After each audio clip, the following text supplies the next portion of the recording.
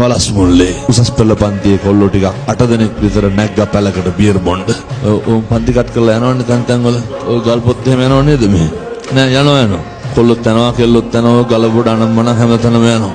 ගිහිල්ලා පැලෙන් බහිනකොට අන්තිමට හිටපු කොල්ලා වැටුණා. අපි පොඩි හාරෝ කෙනෙක්ගේ මල්ලිගෙන සුසුම්නාව කැඩුණා. දැන් ඉනින් පල්ලෙහා පන නැහැ. පහුගිය දවස්වල ගෙදර යනකොට රෝද පුටුවේ ඉන්නවා මුත්‍රා පැකට් එක ගහගෙන බටේ ගහගෙන. තාත්තා කියනවා අර හිටපු කොල්ලෝ සේරම බැඳලා රස්සා කරනවා ළමයි ඉන්නවලු. මගේ එක අපි දෙන්න ඉන්නකම් බලාගනිලු ඊට පස්සේ මොකක් වෙයිද දන්නේ නැලු. පැහැදිලිද මං කියන එක? මද්ද්‍රව්‍ය පාවිච්චි කරන දරුවන්ට කියන්නේ මොකක් හරි වුණාම අම්මයි තාත්තයි විතරයි. ඒ මොක නැතත් මොකක් හරි වුණාම අපි විඳවන්න ඕන.